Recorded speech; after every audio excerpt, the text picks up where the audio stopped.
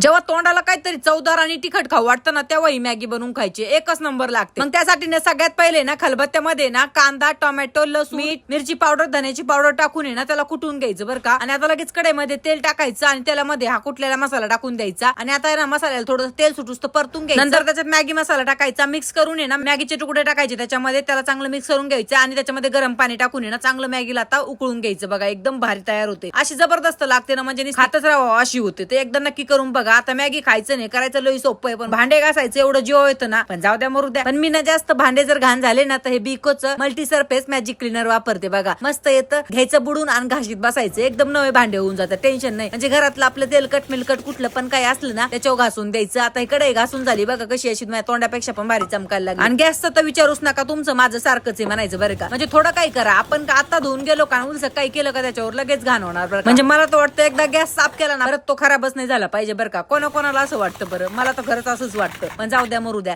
हे असं साफसफाईचं वस्तू ठेवल्या ना आपण जवळ तर काम आपलं सोपं होतं. तुम्हाला सुद्धा जर पाहिजे असेल ना तर कमेंट करा, लिंक, या प्रोडक्टची लिंक मी तुम्हाला पाठवून देईन. म्हणजे ह्या क्लीनरने ना स्टाईलवरचे असे तेलकट किती पण लागलेले घाण डाग असतात ना ते निघून जाते. तर जळालेले तेलकट मेलकट भांडे असतात ना ते सुद्धा येणे ना एक नंबर असे निघते. म्हणजे एकदम भारी प्रोडक्ट आहे, तुम्ही ट्राय करून पाहू शकता.